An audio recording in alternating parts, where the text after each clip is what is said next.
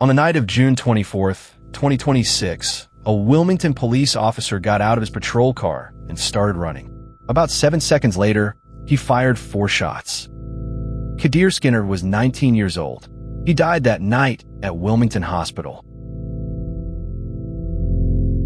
3 weeks later, the Delaware Department of Justice released the body camera video. This is that footage and an honest look at what it does and does not settle.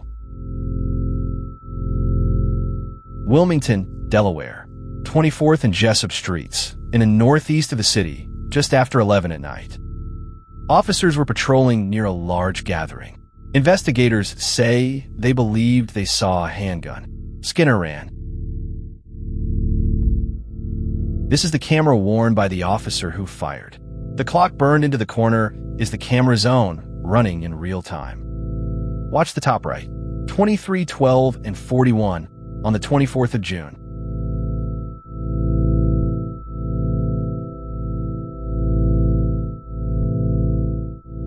Stop here. Notice what you are not hearing. There is no sound on this footage, and that is not our edit. It is how the camera works. An Axon body camera is always quietly recording video into a rolling buffer, but it does not capture any audio until the officer physically presses record. When that button is pressed, the camera keeps the previous 30 seconds of video silent and only then starts recording sound. So everything before the shots is real footage with no audio. Any warning, any command, anything Skinner or the officer said in those seconds was never recorded by this camera. In this file, the audio switches on at 18.4 seconds. The gunfire begins almost immediately after. The officer leaves the cruiser about here. From this moment to the first shot is roughly 7 seconds.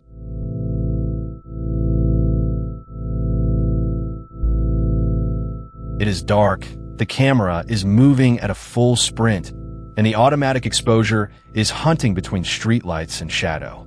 Hold on to that, because it matters in a moment. This is the last stretch of the pursuit before the microphone comes on.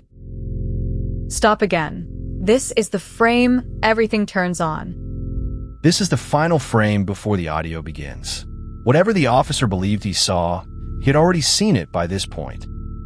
Officials say he believes Skinner was armed with a handgun. Attorneys for the family say the released videos never clearly show Skinner holding a gun, let alone pointing one.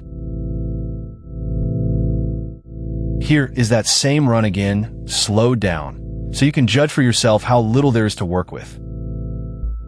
Now look at the actual picture. At this resolution, in this light, at this speed, it is not an image that answers that question in either direction. That is the honest reading of it.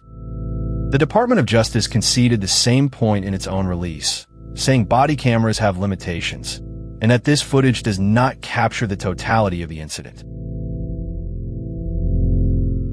We're stopping the footage here. What comes next is on the recording, but it is a teenager being shot, and you do not need to watch it to understand it. For rounds, Skinner goes down on the sidewalk. Officials say he was struck from behind. On the audio, he says over and over that he does not have anything. The officer who fired tells the others that he threw something and directs them to find the gun.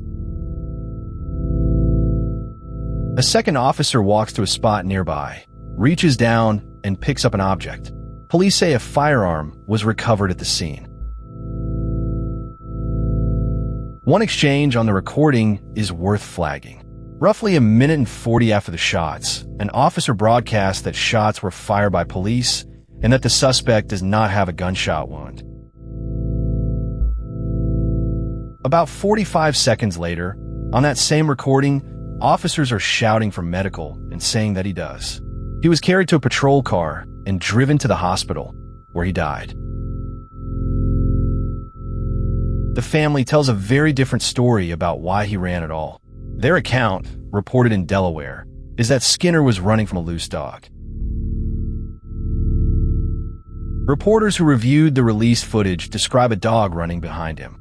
We went back through these same frames ourselves. At this quality, we can neither confirm it nor rule it out, and we're not going to pretend otherwise. 3 officers were wearing cameras that night. The state released all 3 recordings, but identified the officers only as Officer 1, Officer 2, and Officer 3. Their names are being withheld until the investigation closes. 2 separate reviews are open. The Wilmington Police Department is running its own criminal and internal affairs investigations, and the State Department of Justice is reviewing the shooting through its Division of Civil Rights and Public Trust. Skinner's family has filed a $25 million wrongful death claim against the city of Wilmington and is publicly asking for criminal charges against the officer who fired. 3 things will decide how this case is remembered. Whether the recovered firearm can actually be tied to Skinner. Whether any other camera, doorbell, or phone captured the seconds this camera did not. And whether the state's final report can explain the 7 seconds between a car door opening and a trigger being pulled. Because that is the real lesson buried in this video.